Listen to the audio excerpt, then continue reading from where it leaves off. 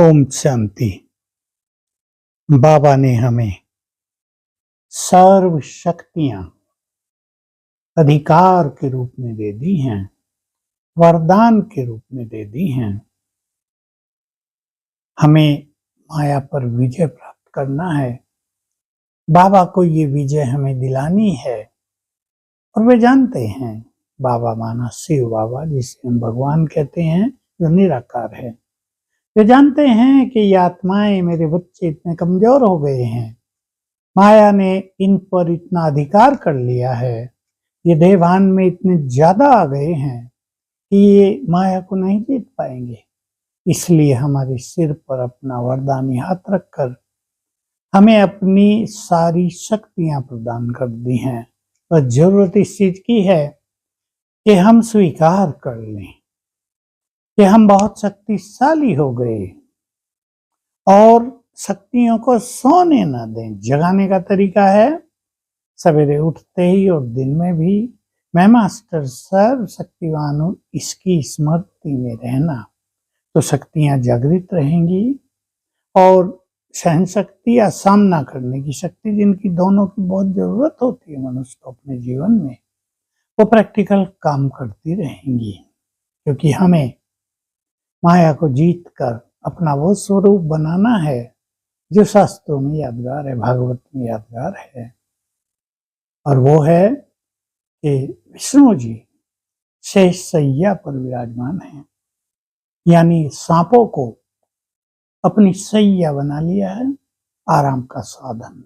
सागर में जहाँ चारों लहरें हैं, मगन अवस्था में, गीता ज्ञान में मग्न, दुनिया की पालना कर रहे हैं, सकाश दे रहे हैं, वाइब्रेशंस दे रहे हैं। और श्री कृष्ण को दिखाया कालिया नाग के फनों पर डांस करते हुए। तो विकारों पर इतना विजय हमारी हो जाए कि हम खुशी में डांस करने लगे। क्योंकि डांस, खुशी, ये कहीं ना कहीं गुम होती है जब कोई ना कोई विकार हमारे अंदर आ जाता है।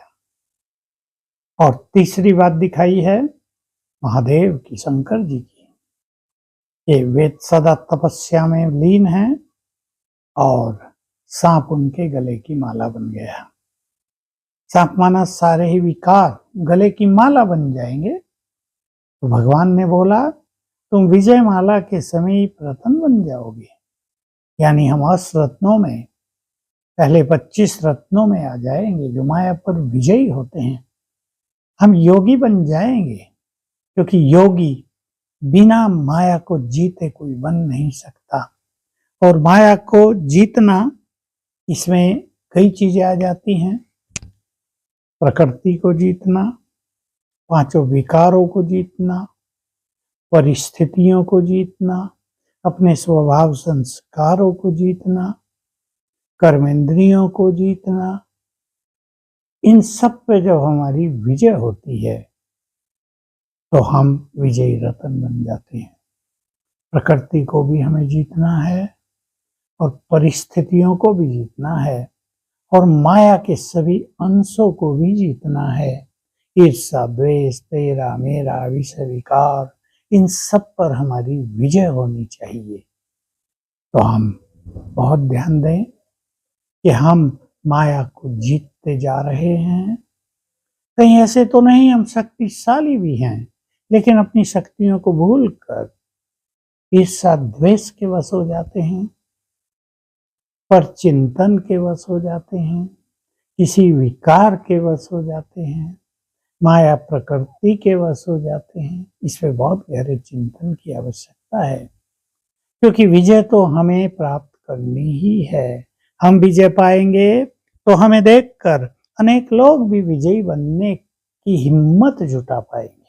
नहीं तो माया को तो जीतने में सन्यासी, महात्मा, मुनि सब बहुत कठिनाई महसूस करते हैं। दबा के रखना पड़ता है अपने विषय विकारों को, या दूर चले जाना होता है कहीं जंगलों में, हिमालयों में, जहाँ कोई दिखाई ना दे, विकार पैदा ना हो, इच्छाओं का दमन हो जाए, कुछ नहीं चाहिए, नांगे बाबा बन जाते हैं, कुछ भी नहीं चाहिए। लेकिन हमें ज्ञान मिला है, ज्ञान के द्वारा, अशरीरीपन के अभ्यास के द्वारा और योग बल के द्वारा हम इस माया पर विजय प्राप्त करते हैं। तो आइए हम माया पर विजय प्राप्त करके खुशी में निरंतर डांस करें और महादेव जैसी तपस्या करें। ओम शांति।